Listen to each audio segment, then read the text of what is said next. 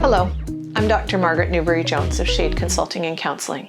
I'm a teacher, sexuality educator, and counselor, working almost exclusively in the disability community, in which I've worked for my whole career, over 30 years now. I live and work in Winnipeg, Manitoba, and other places all over through the magic of online platforms. I'm happy to be your guide through this module on trauma and disability. I've developed this module to be applicable to home care providers. We're not asking you to be high-level professionals. Rather, we're asking you to understand and approach folks with a trauma-informed lens in order to support and share your home with them in a way that works for everyone. I want to acknowledge the lands from which I'm creating this module for you.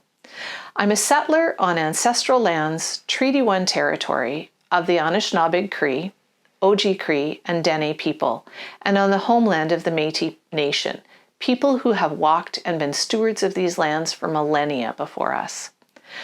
I acknowledge with a lot of sadness the disproportionate number of people from these nations who, due to the actions of the settlers, are now in need of the services we might offer. Okay, let's talk about trauma. Trauma has become a buzzword in our society. Post-traumatic stress disorder, PTSD, is thrown around by people as something they feel they develop when life becomes uncomfortable. This doesn't mean that trauma isn't much more commonplace than we might realize. It is a legitimate, sometimes lifelong struggle many folks have. Traumatic experiences can run the gamut. It isn't anyone's job to tell another what they have experienced should or shouldn't have been traumatic. Dr. Peter Levine says that trauma isn't what happens to us, but what we hold inside in the absence of an empathetic witness. This module is about trauma and people with intellectual and developmental disabilities.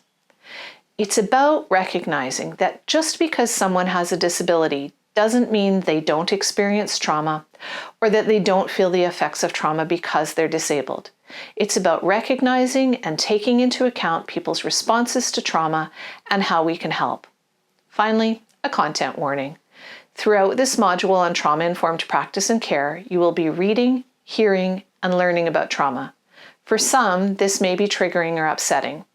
Please give yourself time and space to ensure your well-being. If you're unable to complete this module for such reasons, please contact your training coordinator to make alternate arrangements. The content does not contain graphic images. Okay, ready? Let's get started.